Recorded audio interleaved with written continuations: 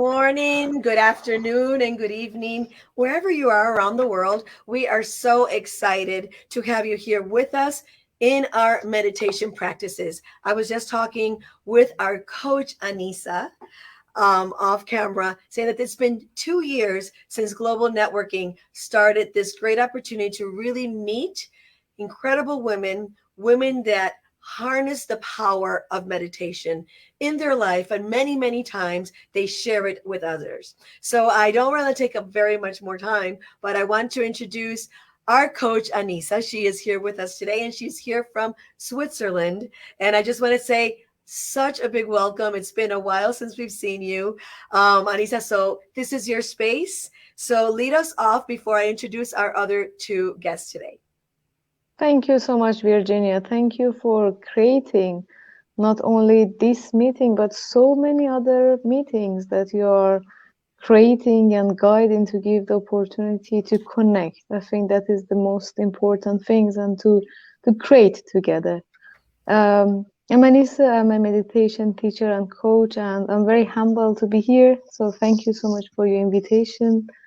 And today we talk about meditation, and we see it from different perspective, each of us. And very welcome to whoever is watching us now, and also if you watch it later, and if you have question or comment, please leave it there and we come back to you.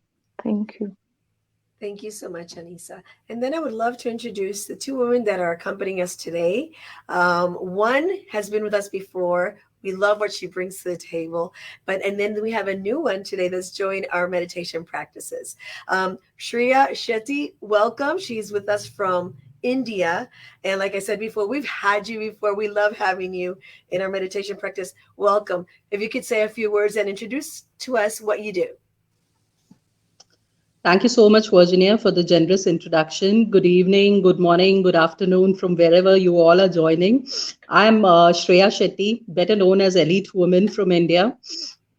It's always such a pleasure to be, part of this event, more of a space, where global networking has been holding heel and shine, and of course with our meditation coach Anisa leading. And it's always a pleasure, Virginia, having this entire session moderated, because I think you bring out the best in each one of us. So I'm really looking forward. And of course, talking about a little bit about myself.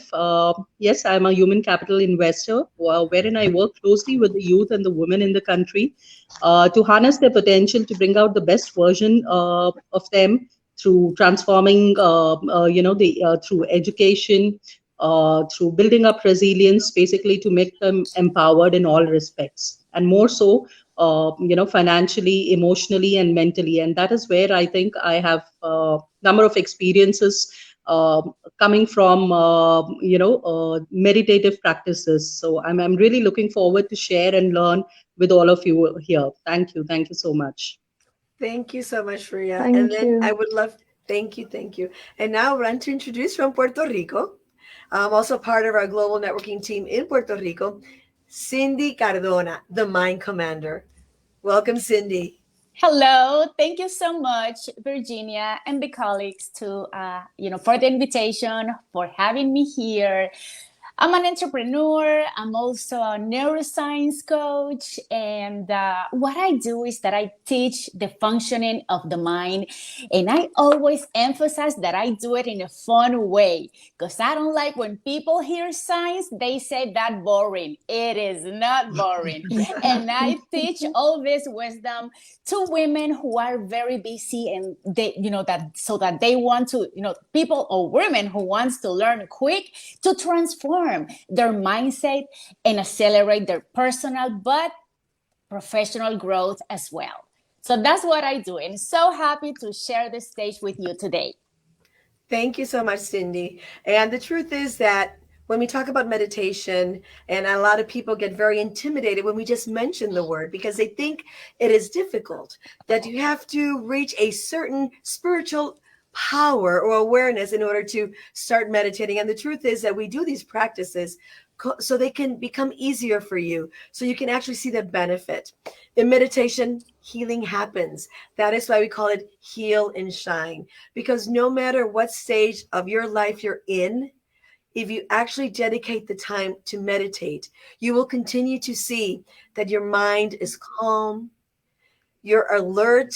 Most of the time, you're totally contented because you're with you. And that is the most important thing.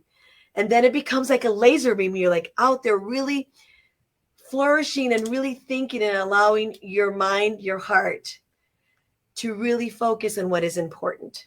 So that is why in global networking, we really try to bring these amazing women together so they can tell us their experiences and, most importantly, what they've learned when they harness the power of meditation. And in this case, we're talking about healing anything in your life. It could be body, it could be mind, it could be spirit. So I would love to hand it over to my dearest Anisa, Coach Anisa, so we can start off our practice today. Thank you so much. Would you like to start with just a short, maybe smoothing practice? And it is very true what you said, Virginia. Now we hear more from Cindy as well and Shreya. Many people, when you talk about meditation, they say it is not for us. And I think it is really depend on what they have experienced and how they translate and define the name of meditation. What is really meditation, right?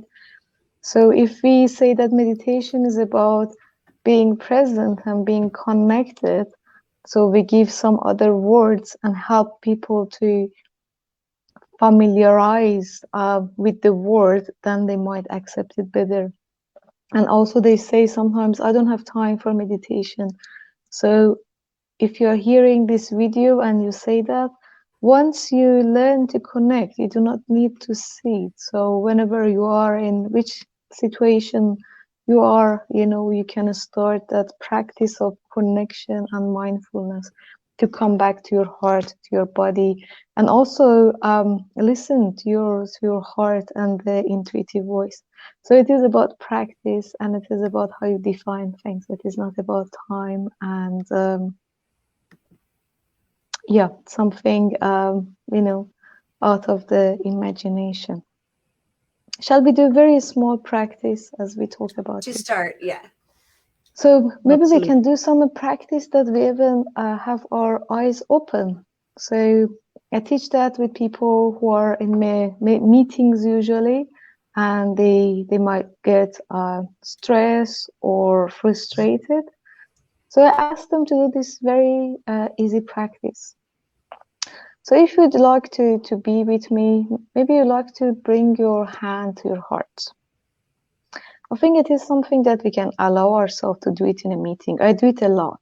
Even talking to people, and sometimes they ask me, do you have heart problem? I'm like, thanks, universe. No, I'm just connecting with my heart. So if it is something that you feel you can do that, maybe you can bring your hand to your heart. And then slow down your breathing.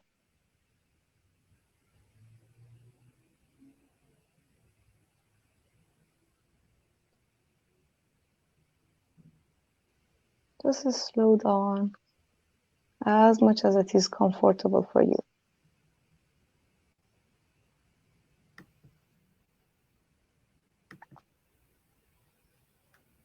And while you are doing it, just pay attention. Where are you sitting? And let your sitting bone to sink. Just relax your fingers, your hand, the muscle of your face.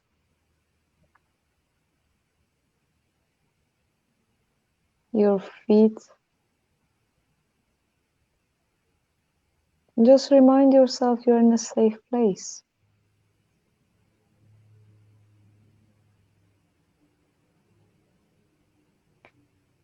And bring in mind something that you like.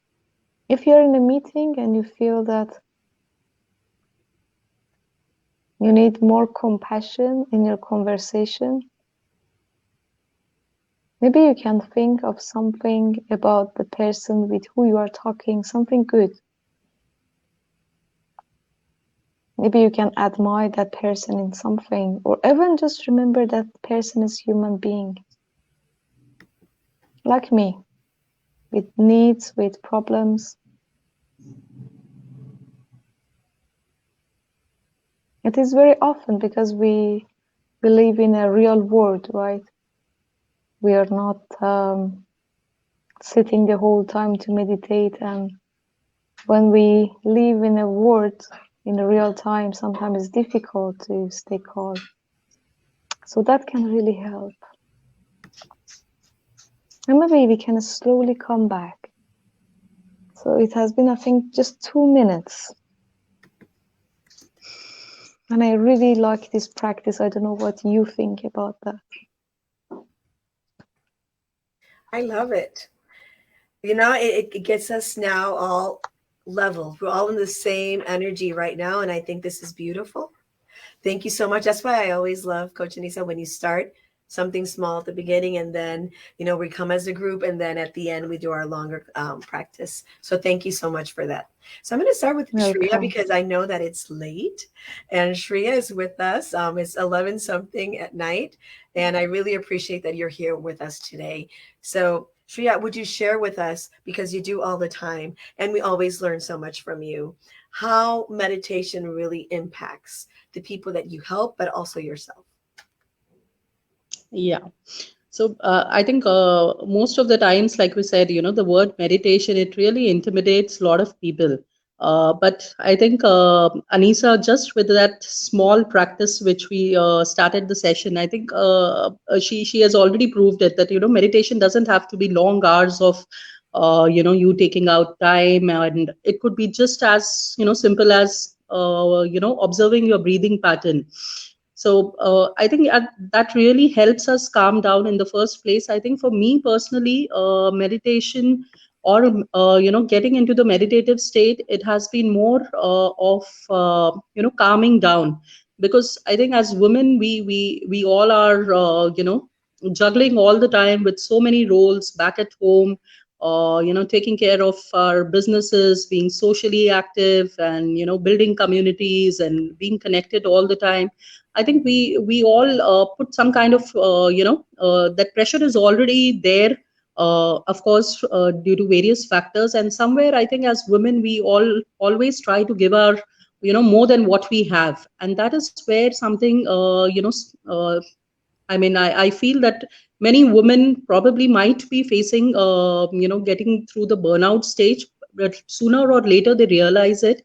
And that's where I think personally also, and when I cater to my clients, be it the young, students or the even the women, I feel that, somewhere meditation helps us really to calm down, to take that time for ourselves, whether you call it self-care practices or you take out some me time, whatever you would like to call it, just sitting quietly or doing something that really makes your soul happy. For me, I think meditation is all about having that alignment. I would just give an example. When I would I always was right from my childhood, I think I have been struggling with hormonal imbalances, and due to which I always had these, dwindling weight issues. But the very thought of hitting the gym and going through, strenuous training and, sweating it out always gave me jitters. So for a couple of years, I was trying to, have a control over my weight issues and a lot of stuff. But I think over the period of time, when I really caught hold of the problem, it was all about the mindset. I was aware that yes, I need to reduce. Somewhere it's not helping me. But at the same time, the very thought that, oh, I have to go to the gym, I have to sweat it out in the gym, and I have this much time and I have so many things to take care of. I think that itself was enough to put me under pressure.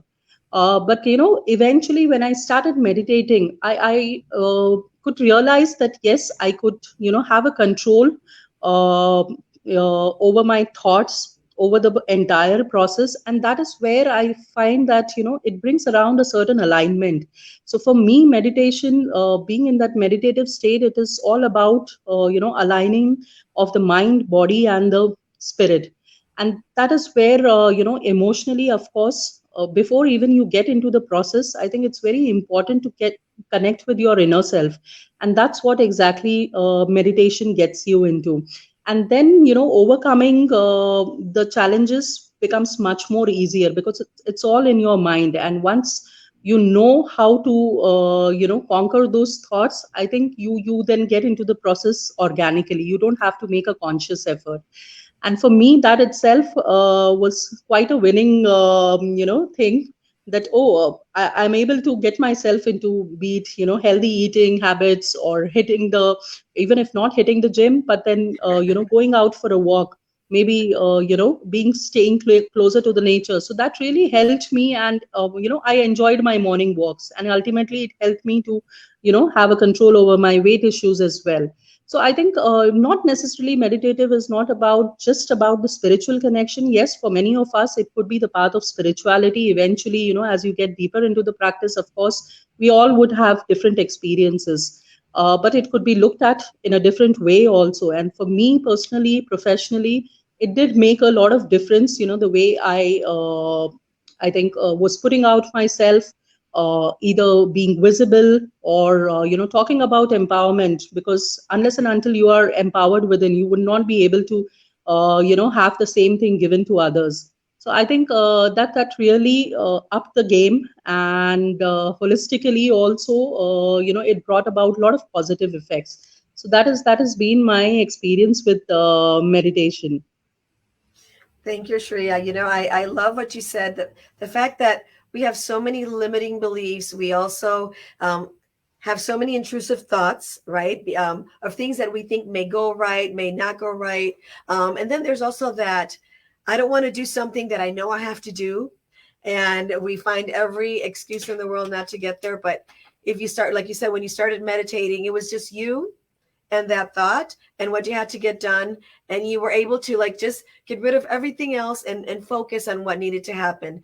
And it's not necessarily hitting the gym or any other thing that we don't want to do. It's about being active in your case, right? So you decided to walk and really enjoy something else. And I think that many times we boggle ourselves down with so much of what we think other people think of us or what we have to get done, that we really have that inner talk with ourselves that I think happens while we're meditating, to say, you've got this. You can handle this. It's that communication with yourself. So I really, really loved everything you said. Thank you so much for sharing that. Cindy, Thank you. I'm going to go to you and welcome to our meditation practice. So I know that you use this in your daily coaching and what you do every day. So tell us a little bit more about how you use it for you and also for the people that you help. In my case, meditation, it is part of my daily routine. I have been practicing, I would say, for 5 years now, on a consecutive, on a daily basis. I do it in the morning and I do it in the afternoon as well. So, you earlier mentioned all the roles that the women and have in this world. We have so many hats. We are doing so many things at the same times. So our mind is very congested with responsibilities, with many thoughts at the same times. So what do you do to decompress all that? So when you are handling so many things simultaneously, your body suffers of stress. And meditation is an amazing tool to clean your body, to eliminate that stress out of your body. How can you lower the levels of cortisol in your body? So to me, it's so powerful what happened biochemically in your body when you meditate. So if you want to be in top of your game, as I say, you want to be great be doing great professionally, but in a personal way, meditation can pave the way to do it. Because when you're calm, when you're focused, when you can think clearly, you can make faster decisions. You know, you are not walking in circles because you don't know what to do, because you have mental fog. So in my case, you know, there's no a day that I don't meditate. I have to do it. It's part of my daily routine. Meditation for the mind is what exercise for the body or for your muscles. You know, and meditation is like any skill. The more you practice, the better you get at it. And there's a lot of myths as well about meditation that, we need to start deconstructing, all the myths. And I have heard as well many people saying that, that they don't believe this work because sometimes they think that because of the simplicity of the tool it doesn't work. And it is where I think is the magic of meditation, how simple it is and all these benefits that you can get. And when I work with my coachees, I always teach them how to meditate, and I teach them all the benefits. Because the thing is that our brain is always looking for evidence to adopt something new, a new idea, a new practice. So I always give them the science behind it. So they start to believe why it works, why it's important for you. So this is my first tool when I am working with a coachee. You know what? Let's meditate because it is amazing. You know, I'm a proof that meditation works. Thank you so much, Cindy. And it does work.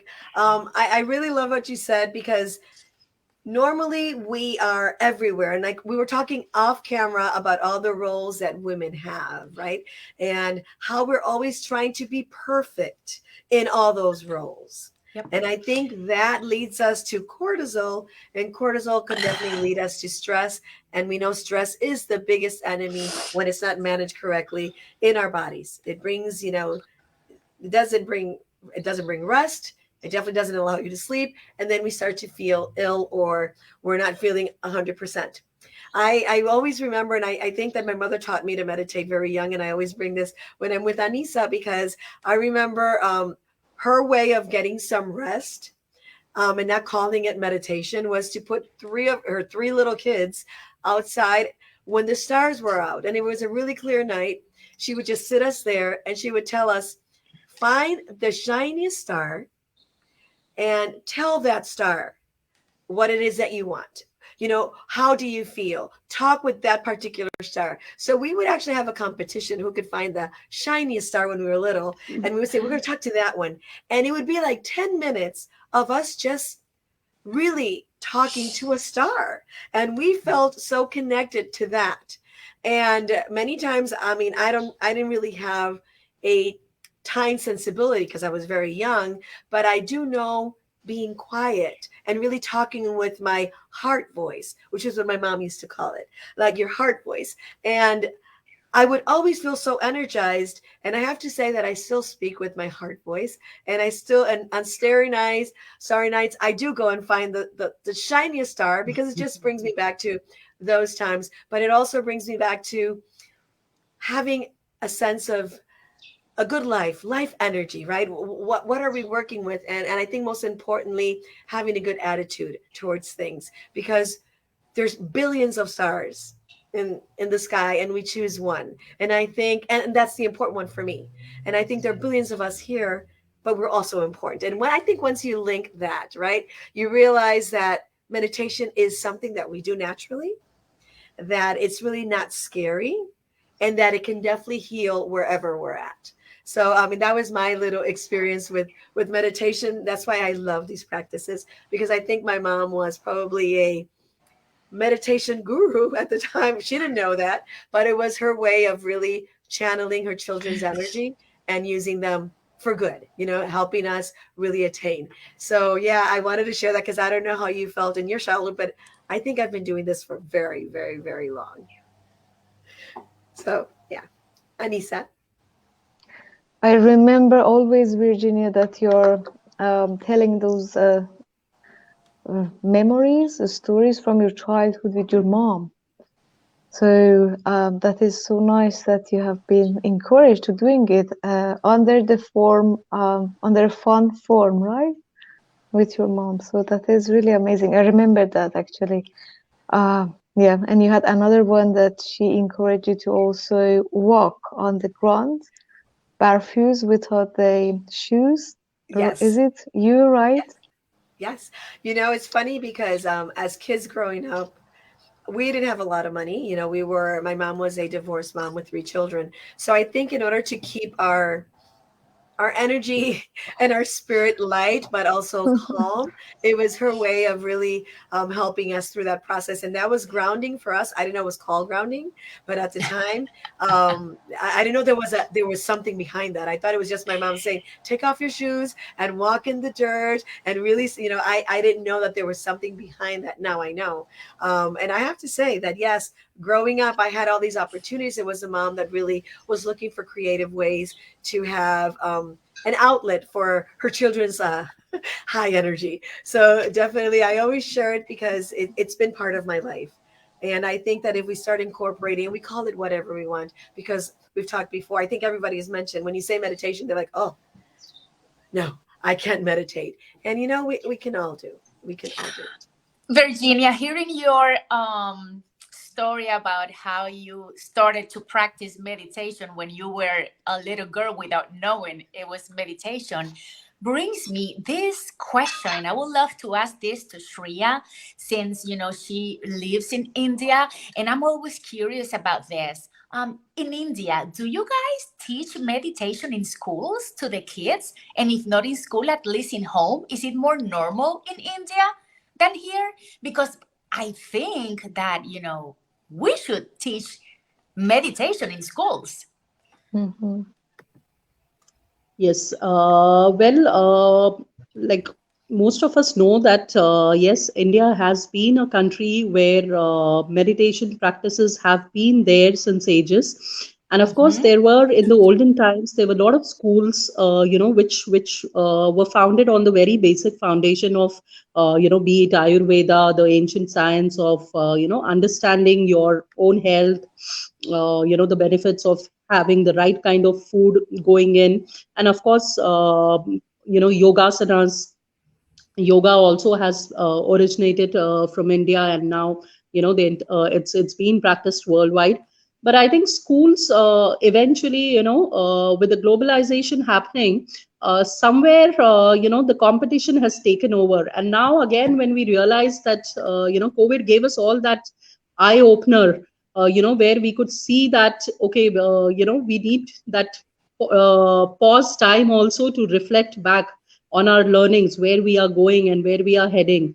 So I think now the education system has been, trying to go back to its roots, and I'm glad that yes, schools have taken the cognizance, and now, as part of the life skills and curriculum, it has been reintroduced. For quite some time, there were a lot of subjects which were, more emphasizing on the grades of the students. Even for the kindergarten students, it was becoming like a race competition with parents, wanting their child to be always on the top of the game. But eventually, it's about what kind of citizens we are creating, or what kind of minds we are nurturing, whether we are really Yes. giving them that space to connect with them, their inner self, their inner child. Because I think eventually, when as adults, when we try to cope up with the stress, and trying to try various modalities, it's all about how the inner child is being treated. So I think it's very important, and I'm glad that you uh, to raise this question, that is it really making sense for the schools to go back again to this age old practice. But because that is how I think the way of life during the formative years, if these Mm-hmm. practices are introduced, it will have a deeper impact on the minds, definitely. Thank you, Shreya. Mm-hmm. I think this is a great conversation, and we can It definitely have is. another practice. Just talking about children and meditation and that experience, because truly, I think that when we equip our children with the knowledge that they have an inner voice that's really important, that there is something that they can really channel themselves. I think it just keeps you in touch with who you are. And when the world is going in chaos, and let me tell you, I mean, it happens to people that have businesses, right? You know, all of a sudden everything goes wrong, everything goes right. But if you're able to really channel that and say, okay, you know what, I'm going to center myself, this is going to be okay, you know, I'm going to take care of this, you talk yourself into it, you breathe, you listen to your breathing, and then you're ready to face the world. That is actually my way of dealing with chaos. And people always say, when things get even worse, Virginia looks even calmer. And the truth is, and I mean, everybody, because I'm very energetic, but if things are not okay, I will be very calm and I'll try to do everything. And it's because I have to work from that side, that inner peace. I need to work from that work that I do all the time, so I don't bring chaos to the people that are around me. But most importantly, in a business, it's always somebody's money. You know, when you have a business, it's always somebody's money. And you need to be very cognizant of the fact that you're responsible to react the correct way and to really resolve. So the only way I find that is like really calming and really talking with myself, be it 10 seconds, a minute, 5 minutes, and then start all over. And that's when I find my grounding, you know, my footing. So definitely, I think that that's such a great tool to really share with our children early on. So definitely, it's a great conversation to have for the future. So anybody else would like to make a comment before we start with Coach Anisa and finish with our great practice today? Maybe I'm just inspired by what you mentioned, you, Virginia, Shariat, and also Cindy, about children. It is very interesting to keep in mind that what we give to children, we give them resources, right? They are resources that Right. maybe they're not named as meditation and mindfulness, but they have those resources. Mm-hmm. Of course, they can learn those resources in a different way when we are grown up, but there are resources that can help. We were talking before that we start and come live, we were talking about burnout. So if a child has those, let's say, resources, can deal better with what is going on. So we call it in trauma coaching the windows of tolerance. So has a bigger windows of tolerance. That Wow. means that I can tolerate more, right? Even if you go to the difficulties, as you mentioned, Virginia, right? So you go to difficulties, you have your tools and resources. You do not quit, but you take a break, you keep calm, you do your inner work, right? So that is your tools that you have in order to kind of stretch a little bit the windows of tolerance. Yeah. And the people, just imagining the people that they do not have it, they go out of it, and then it is the burnout, right? And as they do not have it, and they might not have the meditation practice, they do not realize where they are. Because once we do mindfulness practice, I ask myself, hey, how are you doing today? Mm-hmm. Are you fine? Is there something that you want to do? So there are the tools and again the resources that can very help people to do not prevent burnout, to do not go there.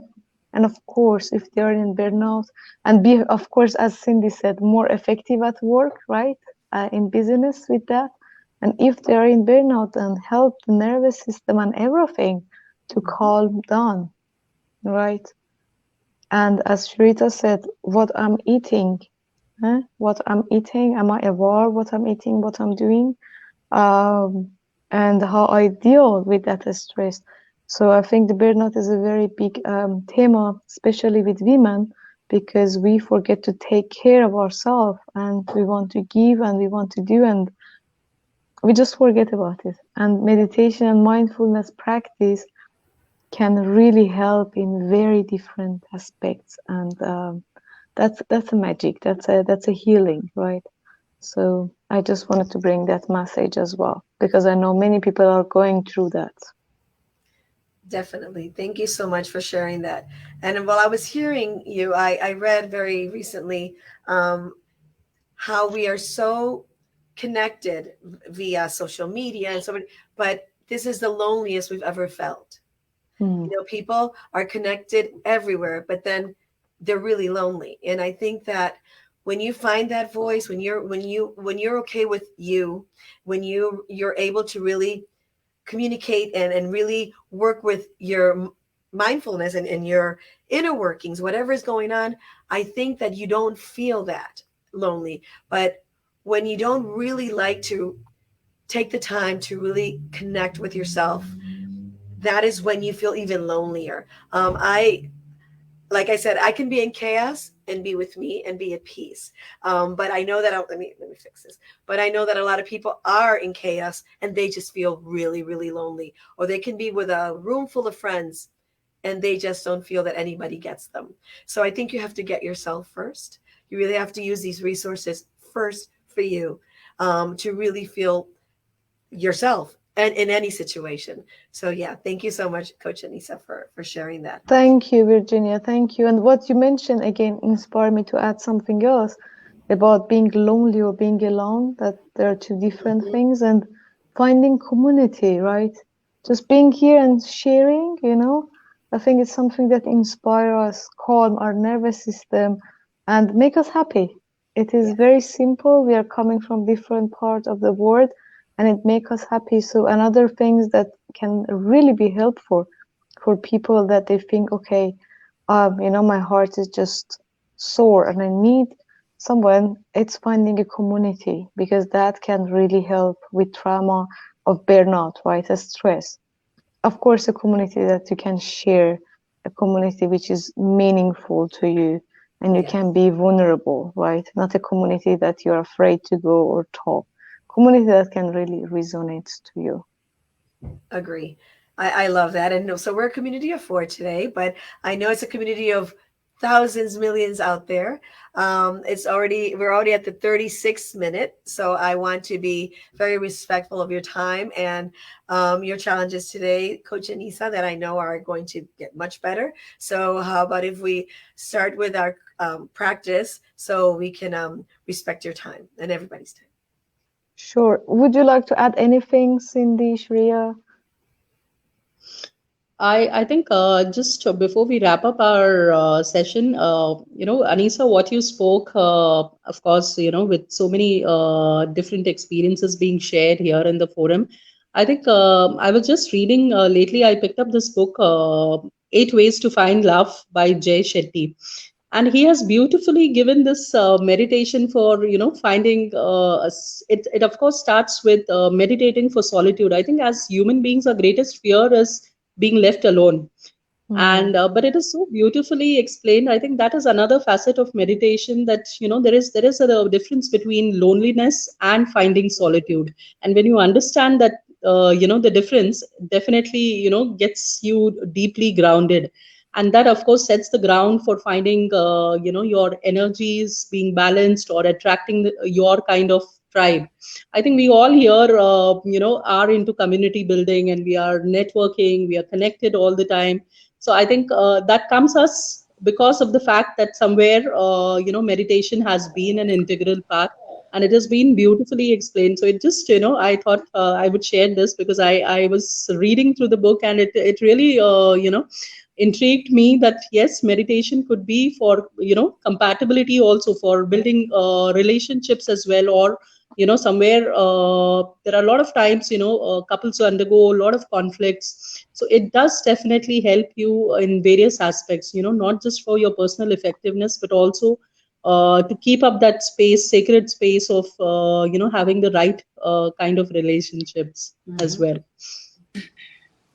Thank you That's so very much. true. That's Yeah, very true. yeah. I will hold Shreya's hand when she mentioned the book. So I'm gonna also say my final words about a book that I read where I learned the meditation that I practice, and it is Stress Less, Accomplish More, written by Emily Fletcher, and she beautifully explained the meditation that she is teaching in the book and all the science in a very easy way, so you can explain what's going on in the practice. So she teaches that meditation in Google, Facebook, Harvard, and right now she Yeah. is working along with Harvard and Sesame Street, a program for kids as well. So yes, I follow her on social media. She does a very beautiful job, and that's how I learned the practice. And since then, I stick with it, and my life has been changed. Has been a Maybe change we for the can put better. them both of names in the Yeah, chat so we can Yes. then it add really it helps. on the Yes. video as well. Yes. Yep. So the people who come, they can enjoy. Yes. I'll put it in the post once we set up the video. Then I'll put That it in will the be so post. nice. Yes. Maybe Thank we you can so much. finish with Definitely. something very short, just Yep. to sending maybe, I don't know how you're more comfortable, as a prayer, as a, whatever that you're comfortable. I like really to bring my heart, my hands, and if you like just to close your eyes, and maybe you can think of some people in your surrounding who are in difficulties. They're going through difficult times. And just let's send them positive vibes and love and a strength, of course. And maybe wish them that they find guidance and they find healing. It can be your friends, it can be your neighbors, your city.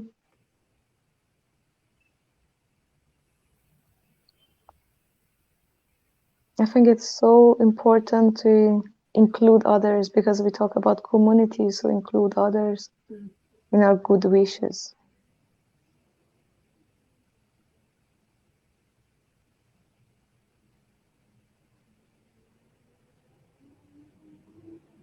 And we can just come back to make sure that we also finish on time, but we can practice it afterwards as well, having the best wishes and positive wishes for those who are in difficulties.